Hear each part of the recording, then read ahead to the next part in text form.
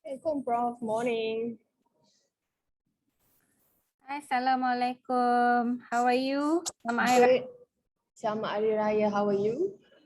Alhamdulillah, good. That's good. That's good. All right. Thanks again, Prof, for doing this. This is really great. Again, our students needs this very badly. So thank you so much again. No So problem.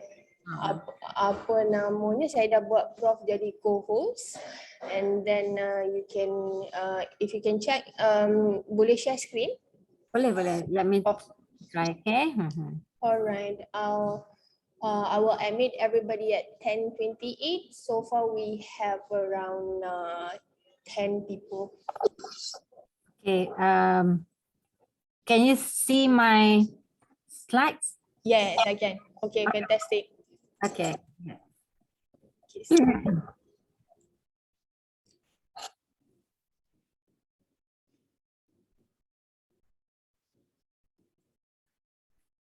right, Chun. I have actually I my slides ni I have sampai chapter 3, but today kita cuma buat sampai chapter 1. Okay. And when we have some other times kita boleh sambung with Chapter 2 then chapter 3 lah. Prof. Because I am very sure that chapter 1 ni ambil masa banyak, especially the research methods, especially the problem statement, Yeah. question, objective, kan? Betul. It takes some time to actually understand it and then to My actually audio try is it. Audio ada pecah-pecah sikit lah, Prof. yeah. Uh-uh. Okay, I hope I can. Tak Okay, apa. sekarang ni macam Sekarang ni okay, how about my audio? Okay tak? I can hear you clearly. Maybe for the first few minutes you can just open your webcam for students nak tengok you, and then after that you can kalau line connection tak clear boleh off camera and then just start the workshop lah, Prof.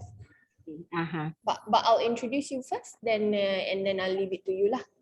Okay, nanti kan doktor macam ni kita while I'm actually discussing, tell them feel free to actually stop me if they do not understand anything, because nak tunggu sampai at the end kadang-kadang dah lupa soalan ke, kadang-kadang so it's okay if we drag this thing, tak apa, then later we can continue, but I think we should allow them as much time as possible so that they can really understand the three RQRO problem statement, kan? True, betul.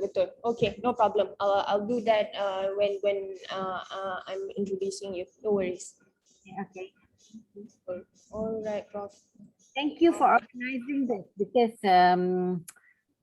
this is really good. I mean, I don't mind doing this because insyaAllah kita dah mengajar kan, so we can Betul.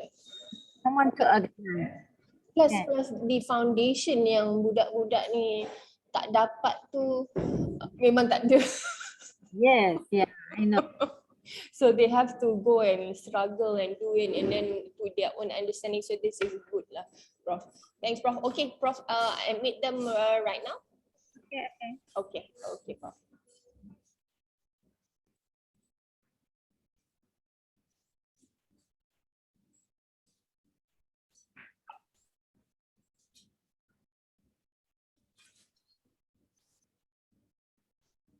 Hi, everybody. Good morning. Yeah, good morning, Dr. Anis. Yeah, I can see Dr. Hamisah now. Yes. Yes. Good morning, Prof. How are you? Hi, Thank you for coming. Yeah. Thank you. Yeah. Hi, Dr. Chang. Hi, how are you? I'm going to see you next week, okay? Yes. Okay. And I think that we should meet before the lunch, right? Yeah, that would be good. Yeah. You bring me around and walk around the lake. I'll take you to Starbucks. Yeah. Oh, okay. Good. Yeah. I'll treat you one more round of Starbucks when we meet as well. Wow, then I'll have full of tabak then. Okay, I think that today we have many students here, and I True. think that I start to get to know all the students.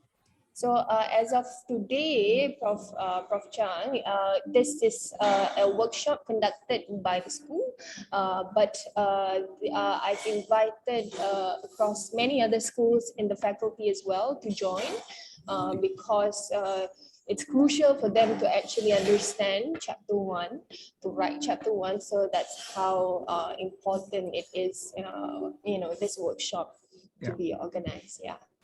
Okay.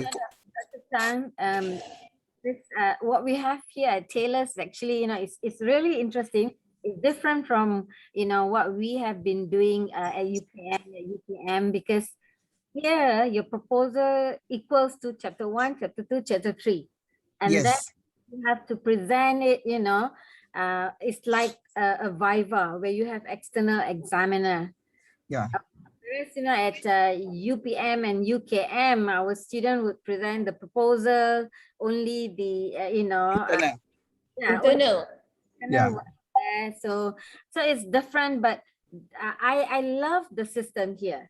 And I think, if the student actually, if they are able to really go with our coaching, 3 years completing PhD should be good already. Yeah. True. Yep. True. So I'm going to learn from you, my mentor, and Sure. also my senior. Knowing each other for 35 years. Wow. I have to learn a lot from the both of you, including Prof. Hamisah here. Yeah. All right. Yeah. All right. If I may start as of right now, thank you so much again for everybody in joining the workshop for today. Welcome to the School of Media and Communication. This is a workshop organized by the school. I'm Nur Hanis Muhammad Noor. I'm the program director for the school. So today we have a workshop going on by our well-renowned Senior Research Fellow, Associate Professor Dr.Hamisah Hassan. She has graduated so many students. She's a Senior Research Fellow in the School of Media and Communication. So with that, she will be conducting this workshop for today, which is writing your chapter 1, which is pretty crucial for PhD candidates to actually be exposed of, because when we talk about writing your chapter 1, sometimes a few students would not know how to start. So or if you have started, it's a little bit here and there. So this would be a good benchmark for you to see where you should improve in your thesis. So with that, I have as well my Senior Research Fellow, Professor Dr. Nomaliza, welcome, and Associate Professor Dr. Chang Peng Ki as well from the School of Media and Communication. I have a few of my colleagues, Mr. Sanjit, Ms. Leong, my kid as well. So welcome everybody. So with that, at any time, when Prof. Hamisah conducts a workshop, you can actually just give me a second. So with that, you can ask at any time. If you're not clear, you can ask Professor Hamisah to any questions during the workshop. So feel free to stop her anywhere. Feel free to drop a question in the chat box as well. So with that, over to you, Prof. Hamisah.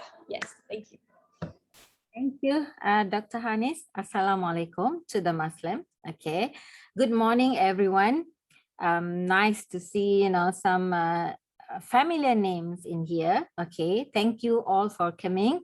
And I hope that, my sharing of, knowledge today would benefit us all. Okay, and also, like Dr. Hani said, that should you feel that, there are certain things that I am actually sharing, during this 1 hour that we have here, you need to clarify, please stop me. Okay, put on your hands up, because sometimes, the emoji might not attract my attention. Okay, just stop me, and then I can, repeat as many times as possible, so that we all understand. Because what we are trying to do, in this workshop is actually to, make you understand how do we construct the problem statement. Okay, because that's very, the crucial part of your thesis. Okay, your problem statement, your research question, your research objective. Okay, if you have these three things, all tie up together strongly, people can actually question you, raise whatever question that they want. Okay, you can be, they can ask you to change, here and there, but then, you would not actually feel that it is very difficult for you to then continue working, because, the base is already strong. Okay, so that is what we are doing here. Before I go into, my discussing my slide here. Okay, as we know that, our proposal at Taylor's, okay, unlike, some other universities, okay, because I have my experience at UPM too. Okay, unlike those two universities, okay, here at Taylor's, okay, our proposal consisted of, chapter 1, chapter 2, and chapter 3. Okay, and also, once you have done your proposal, okay, you need to actually submit for examiners to read, and then you go for proposal defense. Okay, and to ensure that, all would go well with your proposal defense, okay, then it becomes, essential that you produce a very good proposal. Okay, so that will be what I would cover today. Okay, so just the chapter 1. I actually have my notes until chapter 3, but I think, I have discussed with Dr. Nohanis. For today, we will do just chapter 1, and then, we probably come back later for chapter 2 and chapter 3. Okay, I'm going to turn off my video because, to save with the connection. Okay, so I'll come back and, see you guys before we end the discussion. Okay, okay.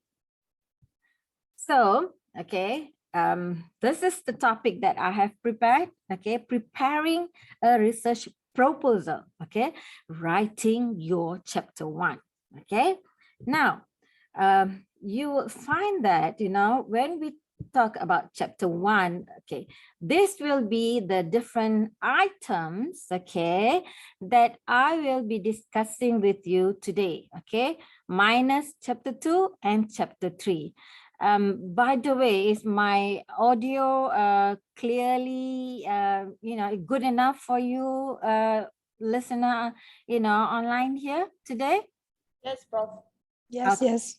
Okay, good. Okay, so your title, your introduction, your background of study, your scope of study, your significance of study, and the keywords. Okay, now these are the elements that we usually have in our chapter 1. You may have, additional, but usually these are the items that we have. Okay, so now, let's go with the first element that we have the title. We find that, usually when candidate, produce the proposal, sometimes you find that they either come up with title that they have actually read somewhere, or sometimes, they would come up with title that they actually plan to, study. Okay, but for the most part, you find that, candidate at the earlier stage, would just come up with, any title that they, think that that is appropriate enough. So as you begin writing, do not worry so much about the title, because this is kind of like provisional. Okay, because when it comes to title of your thesis, you find that, in many schools, even after your final viva, your final oral examination before you submit your thesis, you may be requested to change, the sentence a little bit here and there. However, that does not mean that you can just simply come out with, any title that you want to, put up with. No, you want to really think about the title, because a title of your thesis, it should be communicative. What do you mean communicative? It means that, your title should communicate what is it that you are studying. What is the topic all about? What's the research all about? So, when your reader look at your title, they would be able to kind of, have an impression, have an idea what you want to do. So this is what title needs to do, for your research. So it should be communicative. You want to come up with good title because you want to convey to your reader, what you are actually studying. It may change, but then, changes would not actually change the whole idea of your research. That you need to remember. You can change the structure, you can change, the sentence that you write, but the main idea is still there. So you find that, your title should clearly shows what is it that you want to actually study. In fact, if you refer to Barbie, for example, there's a very, a very interesting professor on Twitter that I follow, Professor Pacheco. He says that, if you come out with a clear title showing your variable of the study, that would actually help your reader understand what is it that you are trying to examine. So especially if you are doing a quantitative research, variable is important to be shown in there. Qualitative, sometimes, you find that you some qualitative title, they do not actually put the variable. It's okay. But for any quantitative, we want to see the variable. So your title should be clear, should be precise, and not too long. Now in some schools, they even have a limit to the number of words that you can actually use for a title. So these are the different things that you want to actually remember when you construct the title of your thesis. Because you want your reader to take a look at the title and right away, have an idea of what you are actually doing. It should be informative. As much as possible, try to avoid using abbreviation. And you, like I said earlier, okay, the title, this is at the beginning, it is provisional, meaning, you know, that title that you have would actually help you in terms of you trying to find review of literature, you trying to understand the methods that you want to do, okay? But then as you move on, you find that, you know, you probably would, you know, fine tune the title and make it better, okay?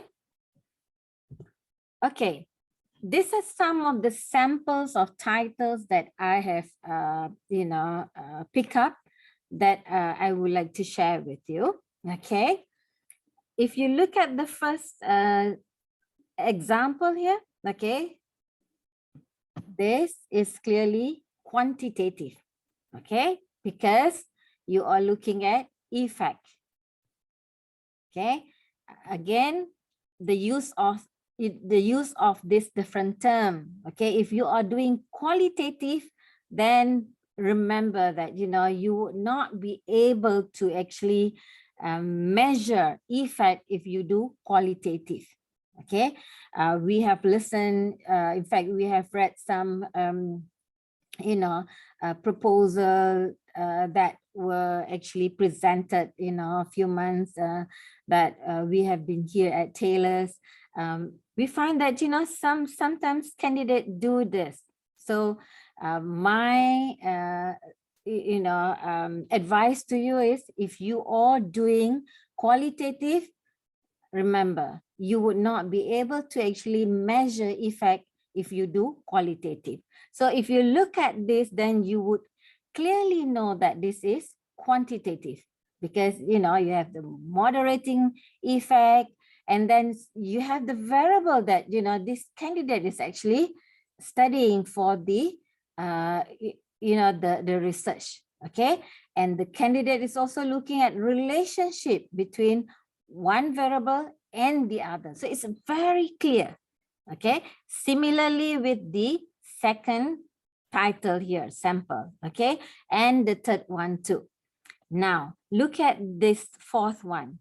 Communication factors contributing to the success of film production in independent and mainstream film industry in Malaysia.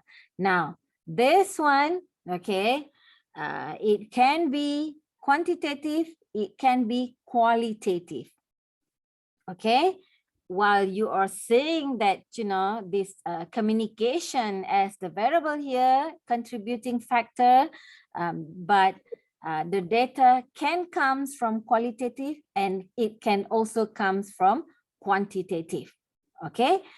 But this one, media consumption of Japanese popular culture among Malaysian young adults, this is definitely qualitative, okay? Because if you look at this, you find that,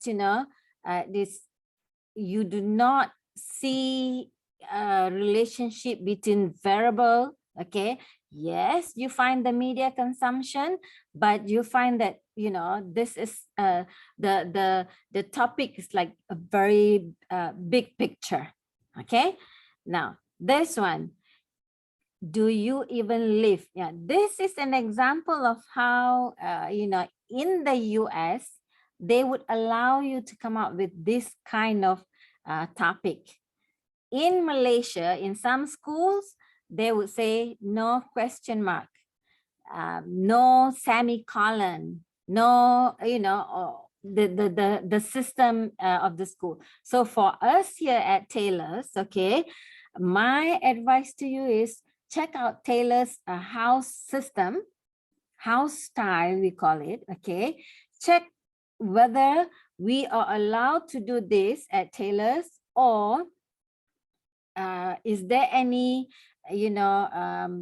system at Taylor's that says, no, you cannot have, this type of topic. Okay, now this comes from a PhD topic from School of Brian Lam at Purdue University. You see, do you even live an experimental study of hashtag fitspiration messages and their effects on correlates of exercise behavior per social connective theory. If you look at this, it very clearly shows you the methods, experimental study, okay? And then you also see the effects on correlates. That means you know this is quantitative because you are looking at, you know, the effect of one variable to the other, okay? So topics, you know, can come in various forms. You can be creative in coming up with your topic, okay? Still, look at this house style of the school that you know that is going to confer with you the degree, okay? And also, okay, you also need to understand, okay? Is your title clear enough in, you know, giving the whole picture about your thesis to your reader? Okay, so that's about the title. Any questions so far? Good. Okay, so you find that, okay, in your chapter 1, okay, the first item that we usually have in chapter 1 is introduction. You know, introduction here, it depends on, you know, I'm not saying that this is the best way, okay?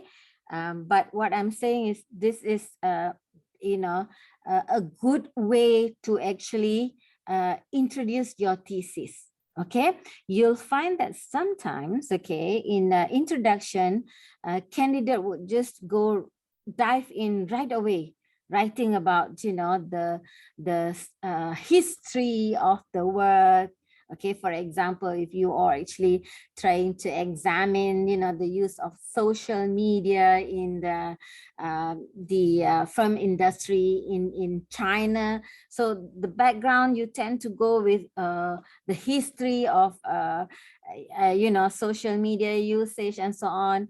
Now, you can do that, but your examiner would say you are taking us, you know, a long way before you actually get to the research question. So a good way to do is in the introduction, okay, just a brief sentence that you have. This is just to introduce your chapter.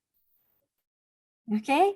I know that, you know, some of the work that I've read so far, when they talk about introduction, they go with the background of the study right away. Okay. I'm not saying it's wrong, but then, you know, I would suggest that if you want to be, you know, really to make sure that your reader would have, you know, well guided into reading your work, okay, begin the first introduction of your chapter by telling your reader, what is chapter 1 all about? Okay, so you are sharing with them what are the items that you have in chapter 1.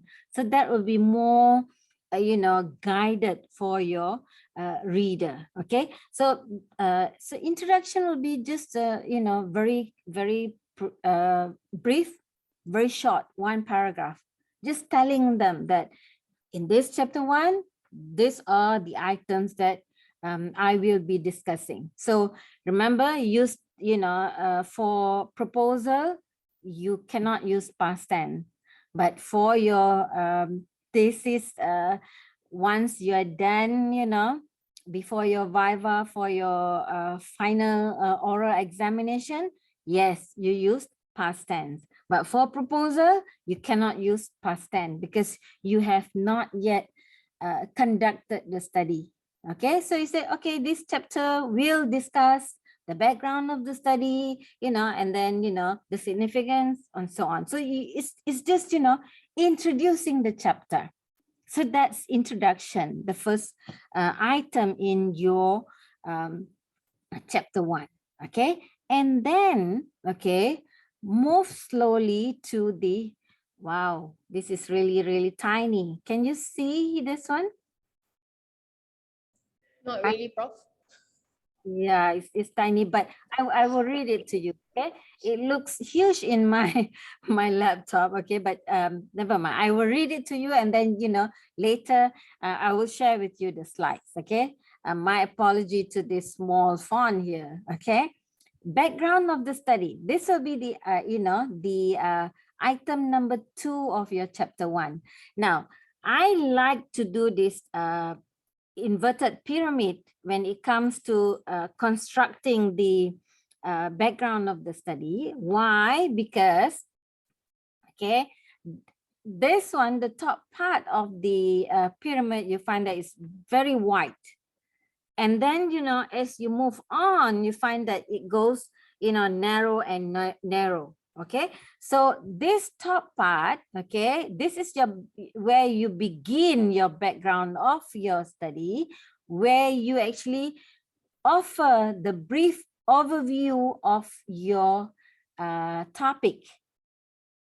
You give the big picture, okay, but you don't want to go the extra mile of putting in everything. You need to know, where do you stop? Okay, so meaning, okay, if for example you said that your topic is sharing about examining social media usage in China, so this first background here, probably you just want to share what's the number of internet user in the country, what's the percentage, how fast is internet usage in the country, all big picture. And then, you slowly narrow it a little bit by actually connecting the background and, introducing your terminology that you use, meaning the variable that you are using. Okay, for example, if you look at the earlier title that I have actually shown, the mediating of the education, income, with the relationship of vaccination. So you find that here at the first part here, okay, the candidate needs to actually give a big picture of what is the stage of vaccination in the country. Is it, or the people receptive to vaccination? What are the percentage of people who are actually, getting vaccination? Okay, is vaccination, getting any challenges from the people? So in a big picture, and then zoom into the variable of the study. So the income, the education. So you need to actually, know how to connect between the big picture and then moving into introducing your terminology, the variable. Okay. Now, once you have actually introduced the variable, then only you narrow into the problem of the research. Now, ladies and gentlemen, this is where we usually find, in a reading research proposal, where candidate have the tendency to actually fail. Okay, because here, okay, when you talk about your problem statement here, okay, you find that sometimes candidate would just give a statement. Now, when we say problem statement, that means it has to be problem. Now, if you say that you are examining social media usage in China, okay, that's a statement. A problem would be if, if that usage of social media is actually causing some deviant behavior, or if that usage of social media is actually causing the youth to be experiencing the Sang culture. Okay, so that is what it meant by problem statement. That means, what is the problem? Okay, that's why you find that, sometimes if you are not clear about research problem, when you go for your defense, then the examiner would actually say, so what? You want to study about Sang culture? Okay, good. So what? So the so what here is what you want to actually really understand. Okay, because when we talk about this problem of statement here, okay, what we are actually trying to explain to you is that you want to be clear. What is it that you want to study? What is the problem? What is the issues that actually creating that problem? What is the puzzle? I think that this is usually the problem that we find, many, not just, in tailors, but, elsewhere. Many candidates usually have this problem. They tend to actually give you the statement without actually explaining what's the problem. Now, earlier I said that, when we construct the research question here, okay, in our statement of the problem, when we construct the research question, there are three things that you want to really, have a very good understanding, okay, before you construct this research question. Number one, you want to understand what is the theoretical assumption of the work. Okay, when we say theoretical assumption, okay, let me go back with my example of the use of social media in China. Okay, now when I said theoretical assumption, okay, you probably have the thinking that, okay, if you were to actually relate, okay, the use of internet among young people, or the use of internet among youth in China, so you relate with, the uses and gratification theory, for example. Okay, now the theory says that the more you use the media, the more gratified you become. Okay, so you try to think along that way. So the more these young people use the social media, the more gratified they become. So this is what it meant by theoretical assumption. You assume that, this young adult in China, okay, now that they are exposed to, the internet, they are becoming more gratified. So you connect that with UNG, uses and gratification. Now that's the theoretical assumption. And then you need to add that theoretical assumption, okay, with issues. Issues here is the puzzle that actually push you to come out to do this study. Okay, the why you want to do the study. So issues can come from the phenomena that occur around you, that you observe, from your reading in the media, or what's happening, that report that you are actually seeing in the internet. Okay, so issues, okay, example of issues. The more that this young adult are exposed to the internet, the more misbehavior that they become. That's an issue. Or the more that this young adult are actually exposed to the internet, the higher the tendency for them to actually be, acting in the Sang culture, for example. Okay, so that's the issue. So you already have element number 1, cerita ke assumption. Number 2, issues. And then the other, item that you want to add up to create your research question is the gap of the study. Okay, now gap of this study here, you can only get the gap of the study if you review the last 3-4 years of work that relate to the study that you plan to conduct. Okay, so you probably have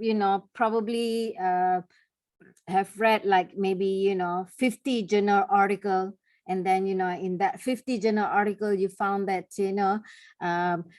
this different research that have been conducted in relation to the use of social media and youth behavior. Okay, one or two finding probably will say that is positive. A couple of other findings would probably say negative. So you need to really review this literature to get the gap of the study, and then you connect that with the other 2 items that you have earlier. That is how you actually construct your research question. Okay, so from that research question, okay, then you actually construct research objective.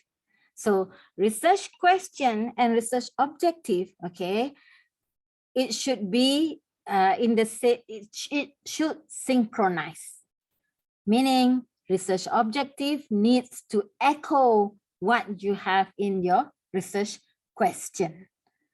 Okay, so any questions so far? I know this is the part that normally would really make you get a headache. Okay, anybody has any question that you want to ask me before I move on? Any questions so far for Professor Hamisah, PhD candidates? Okay. All good, Prof, for now. Okay, I take it that it's clear enough. So that is the background of the study. So before I move on, let me get back to again to this part here. This is very important. Background of study, okay, is actually you trying to explain, okay, what is it that you want to do, okay, why you want to do it, okay, what is the real problem that really push you to conduct the study, okay, and for you to be able to actually construct this problem statement and then research question and research objective, you need to actually integrate 3 items: theoretical assumption, the issues, and the gap of the study. Okay, theoretical assumption is your understanding about a theory, okay, that you can relate with the work that you want to conduct. Okay, issues will be what is the phenomena that occur around you, okay, that relate to the work that you would like to do. Okay, and then the gap of the study is what has been done so far. Okay, so these 3 very important things.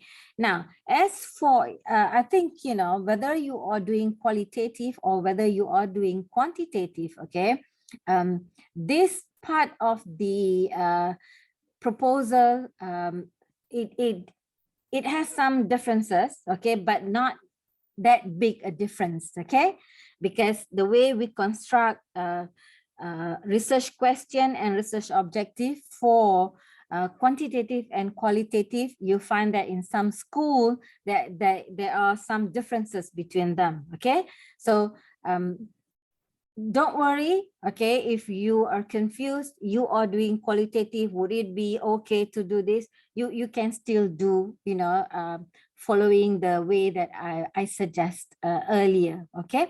But then the way you actually construct the question, that would actually tell us whether you are doing qualitative or quantitative.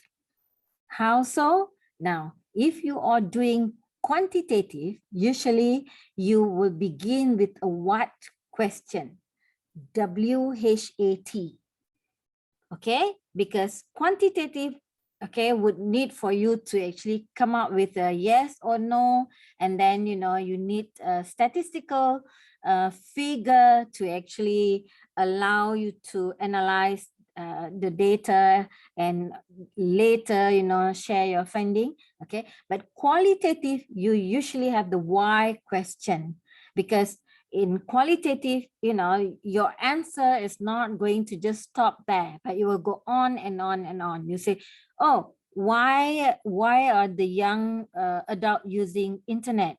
Oh, because they like to have fun.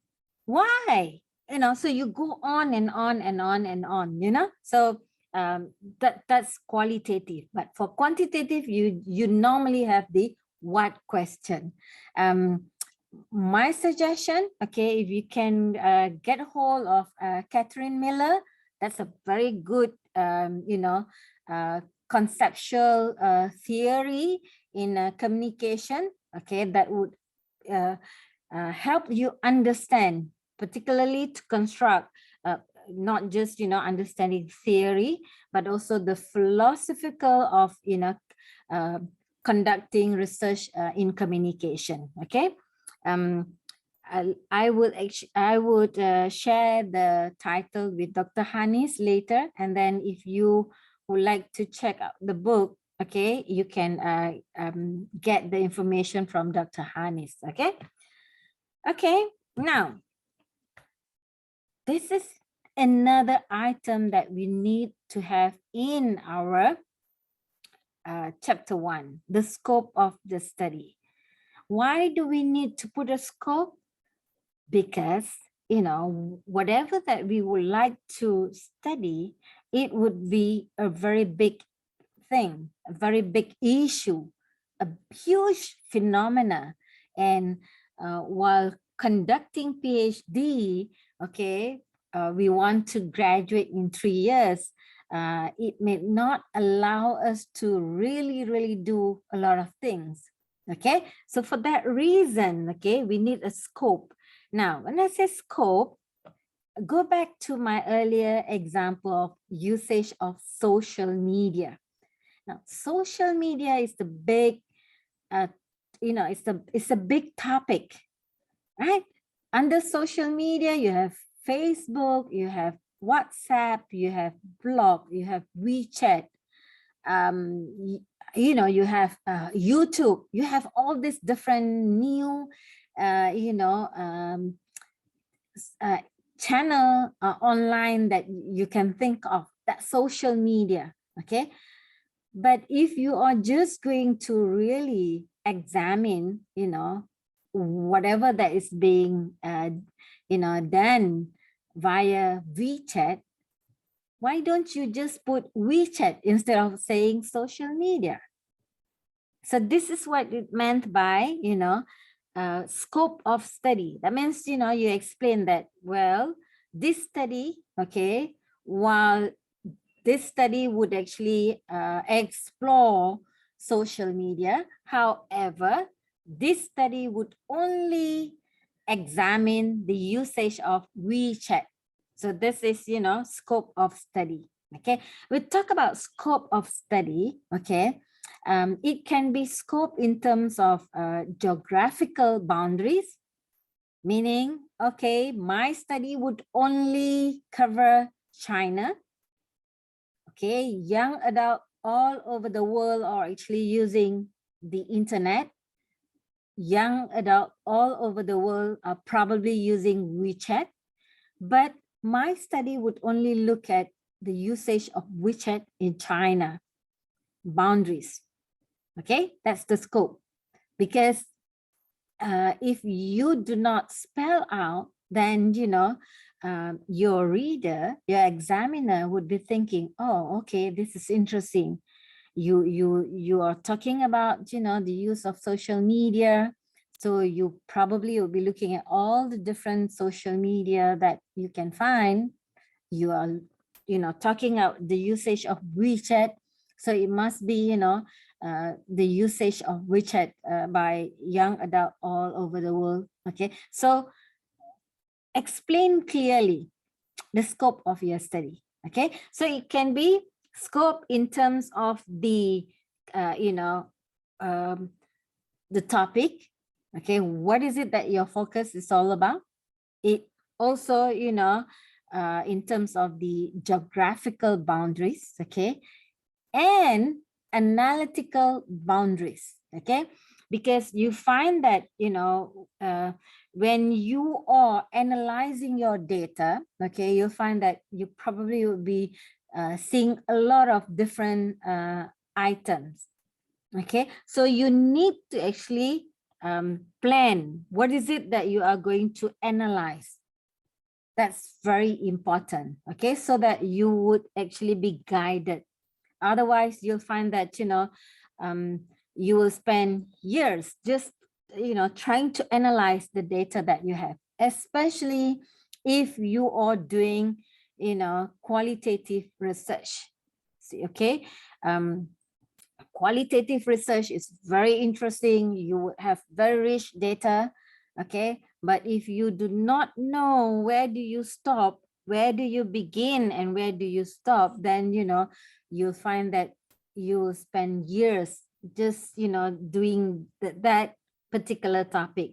One of a candidate that many years ago that I met, who was actually conducting qualitative research at one of the university here in Malaysia. Okay, very smart lady. She's from the Philippines. Okay, and very thorough, very hardworking. She was doing qualitative study, looking at some of the communication issues in the Philippines. She was writing so much that she spent like 10 years, because not because she really doesn't know how to do it. It was because she has so much data, she doesn't know how to put a limit to it. Okay, so plan your work so that once you actually begin analyzing your data, okay, you know that, oh, okay, you found that, but then your work is not looking at that. So you can skip and then go on discussing about other issues. So this is important. Okay, narrow the scope of your study. Okay, so it's important, where do you begin and where do you stop? Okay, I have students that I supervised many years ago. Okay, a very perfect guy who just doesn't know that he was doing wonderful, but he said that no, doctor, I don't think I want to submit yet, because I think I want to improve further.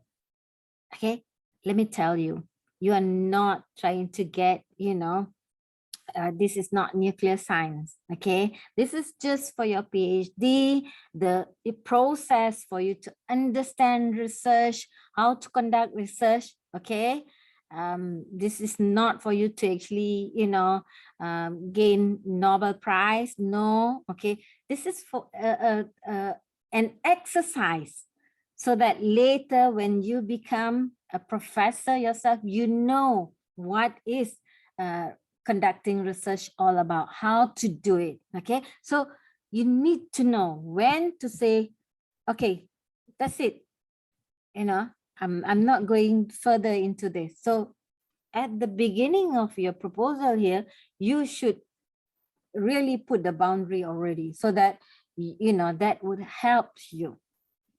Okay.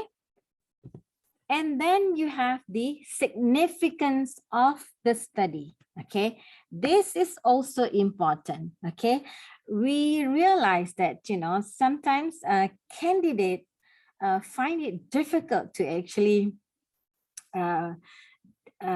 explain what is their contribution to the knowledge.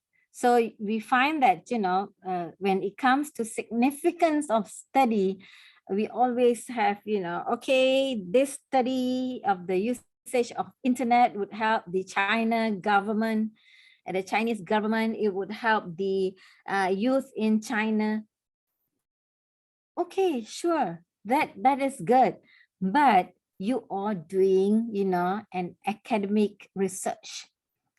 Therefore, your significance of the study, okay, it should contribute to the scholarship, okay, to attain the scholar.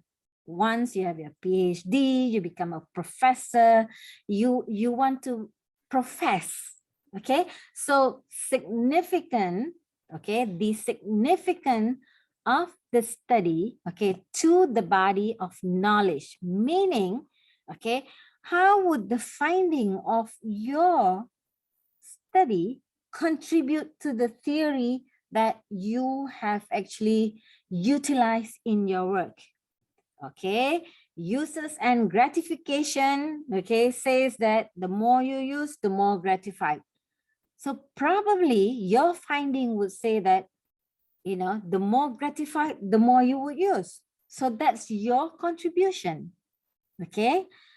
Or you also want to, think in the line of how would your finding contribute to the literature? Earlier in the work, okay, you have the gap of the study. Okay, study that was conducted, a year ago says that social media causes deviant behavior. Okay, so probably your study says that social media plus maybe some one or two variable contribute. So this is what significance of study is all about. Okay, so meaning, okay, how significant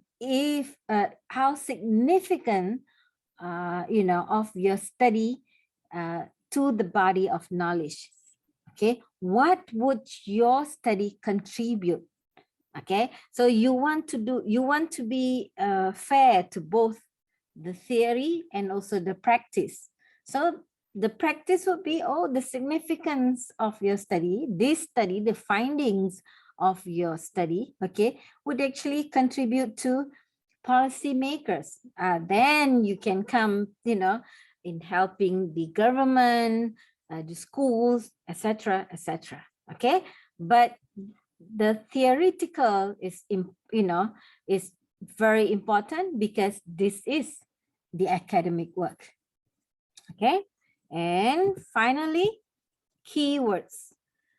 At the end of your chapter 1, okay, keywords would be the variable that you are actually examining for your work.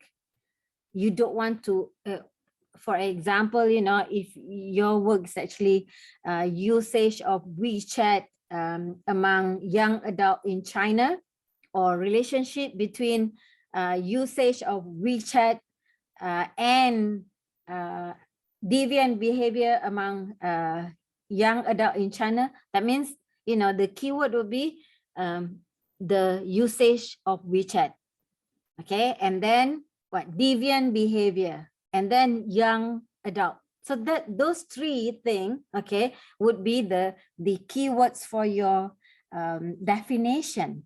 Okay, so you don't have to go with social media, you don't have to go with other things that are actually not relevant to your study. Okay, so basically what we have done, okay, so far, okay, this morning. Okay, let me go with this.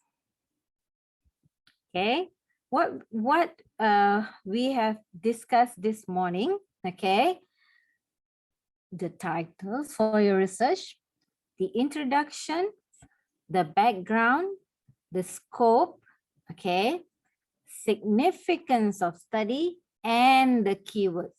All I have colored green here for your chapter 1. Okay, I hope I have given you a clear picture of what you need to have in chapter 1. Okay, if you have additional, it's okay, as long as this different items that we have here or in your chapter 1. Okay, because sometimes some different supervisor comes from different school of thoughts. It's okay. Okay, but as long as it follows along this line, it should be okay. Okay, so some of my the input to what I'm sharing today, okay, it comes from my reading some of the proposal this past few months, okay, last year and also this year. Okay, so for those who are still working on your proposal, I hope this will be helpful. For those who have presented, hopefully this will help you, strengthen your proposal that you already have, okay, and make the correction that you need, okay. So if you are from other, schools, don't worry, go back, check with your supervisor. They may have additional here and there, but basically, I think, they share the same idea, that is, on how to construct the background of study, for example, the introduction and the scope of study. Okay, Dr. Nohanis, Yes, Prof. at the end of my lecture here, over to you. Thank you so much, everyone, for listening. If you have questions, I'm happy to try and answer you. Thank you so much, Prof, for this fruitful startup of writing your chapter 1. Any questions from the floor? If I could take any questions from the PhD candidates? Is it clear?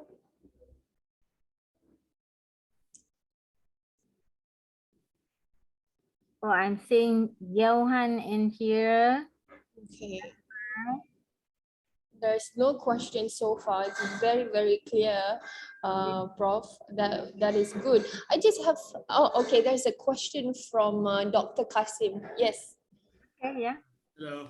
Hi, Prof. Dr. Kasim is here from SOMAC. I just want to appreciate the way you presented. I, as a supervisor, learn a lot, and definitely I will transform this knowledge to my PhD students as well. I really appreciate the way you elaborated for the PhD students. I really enjoyed your session. Thank you so much for giving this very informative session. Thank you. Thank you, Dr. Kasim. All right. I think I have Hailey. Do you want to ask question? JK. Let me see. Is there any questions? No, right now. Maybe I'll ask the most from my side. I'll ask the most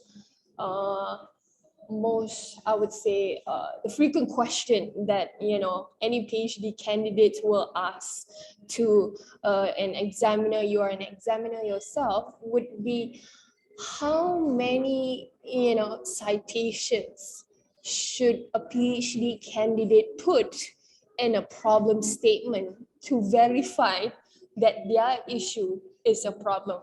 Yes, Hamisah. How many? How many? Yes. I don't want to say 20, I don't want to say 10, I don't want to say 11, because then, it becomes a formula. But what I think would be good is that if you can read, as many articles as possible, particularly the past, 3 years, okay, that would be good. But then, because sometimes we have, candidate who probably have read like 10. Okay. This is the background of study, okay? Yeah. And, that candidate was able to actually really construct a very good, problem statement. So, I would be satisfied with that already. Sometimes I have candidates who have actually read a lot, okay, but still were not able to, construct a very strong problem statement, because you see, whether you read a little or too much, okay, would go back to the work that you refer to relevant to what you are going to actually do. Okay. Yes, I remember when I submitted my proposal. Now, this was a long time ago, okay? Proposal to UKM for my PhD. I went to the library for like, a month, okay? And then I have like 50 references for just my proposal, okay? Okay.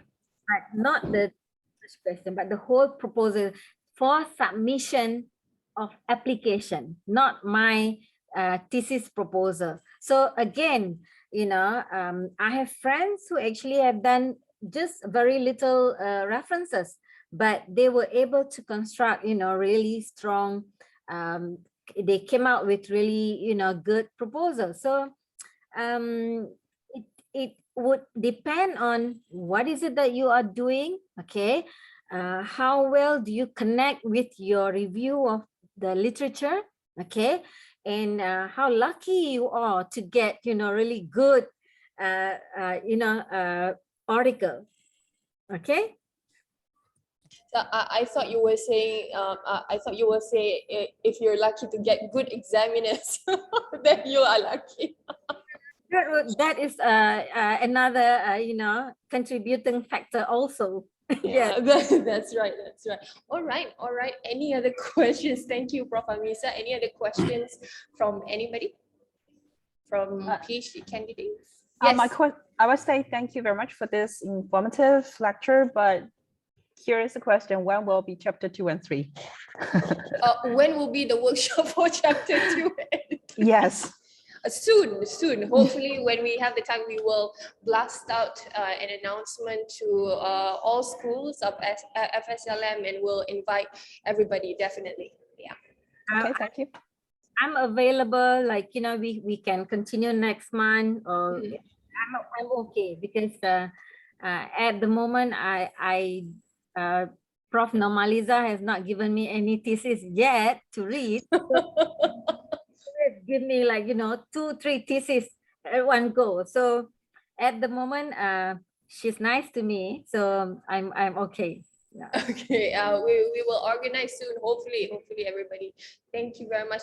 Okay, so maybe if there's no question, there's question from Kamrun. Yes, Kamrun, for Professor Hamisah. Yes. Assalamualaikum, Prof. The question I want to ask, it may sound a bit weird for everyone else, but this is a notion I often have, is that when I am reading, I consider that I have, for my field, I have read a good amount of literature and all.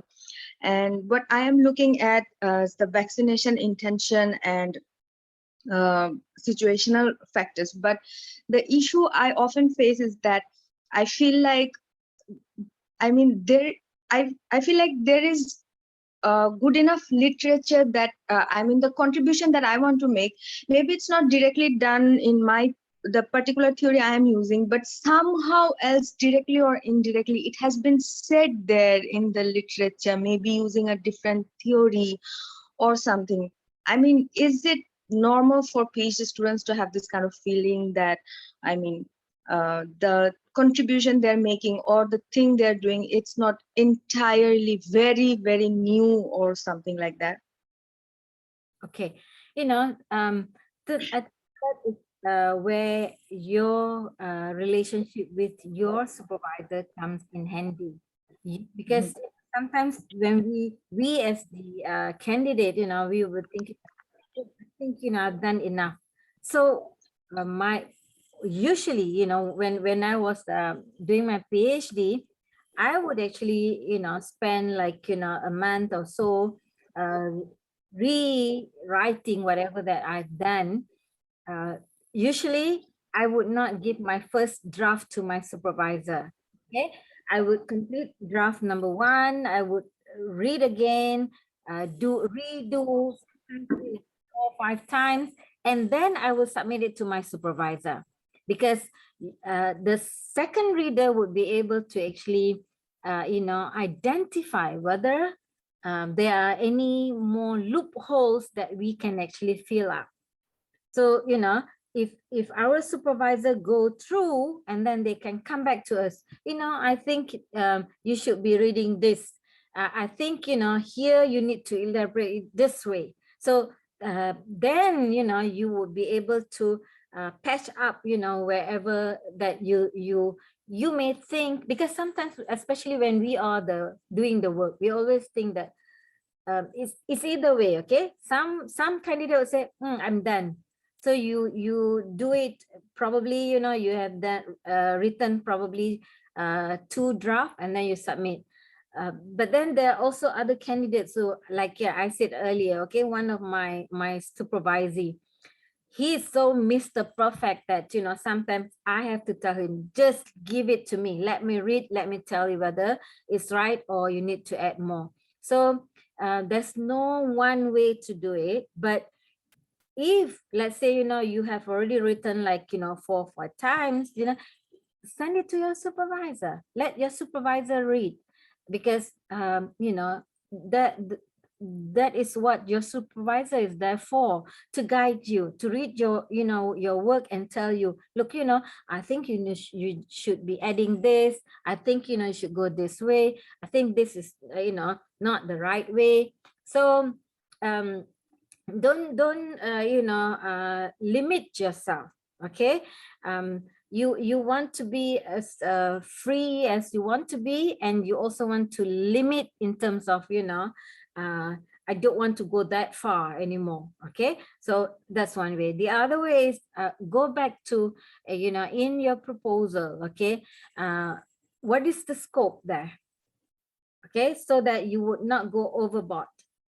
Because sometimes that's another, I think this is another thing that, many of us actually experience at the beginning, particularly, okay? We read one article, and then, we read another article, and then we say, oh, you start changing topic. Okay, so put the scope, put the, come out with the title that is your working title, so that it helps you, it tells you, okay, this is where I should stop, this is where I need to go further. Kamrun, did I answer your question?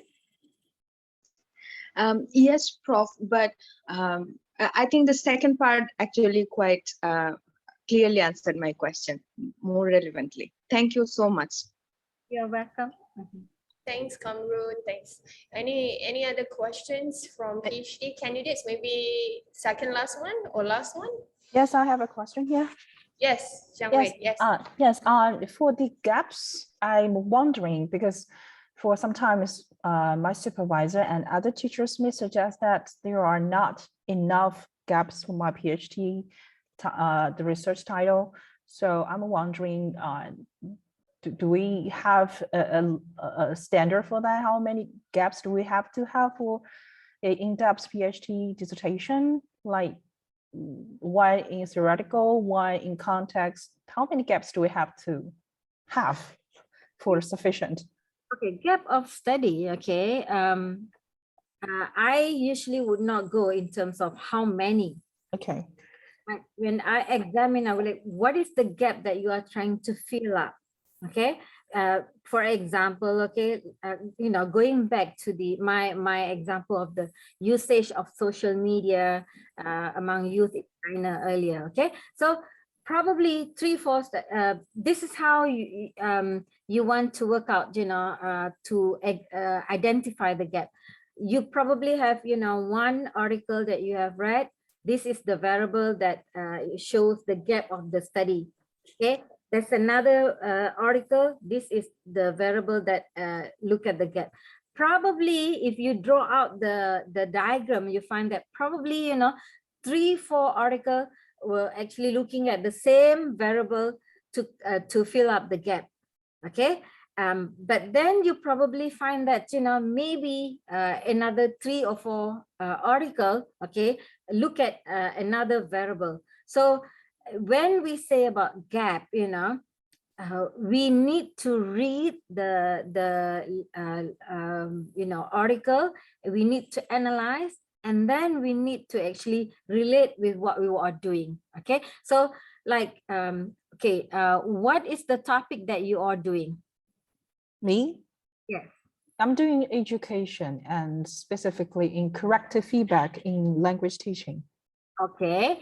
Now, so what you want to do is you want to find out, okay, what has been done in terms of the correction in the language teaching. You probably find so many of them, okay, but then among that so many, okay, probably some will be similar to what you are doing, some may not be similar to what you are doing. Okay, so when we say gap, probably say, okay, I've read most of the article. The researcher were actually looking at the correction from the perspective of teaching mathematics. This is just an example. Okay, so I said, then you said, but my study would fit in here to help understand that we are looking at correction in the education, for example. Okay, so whether it's going to be, the context, or whether it's going to be gap in terms of the, methods. Again, you want to check with your supervisor. Okay, because I am assuming that your supervisor would like to see gap in terms of contextual, in terms of methods, probably. Okay, so if that's the request from the supervisor, then you want to fill in that. But as for my supervising, when it comes to gap, I prefer the general picture of the gap.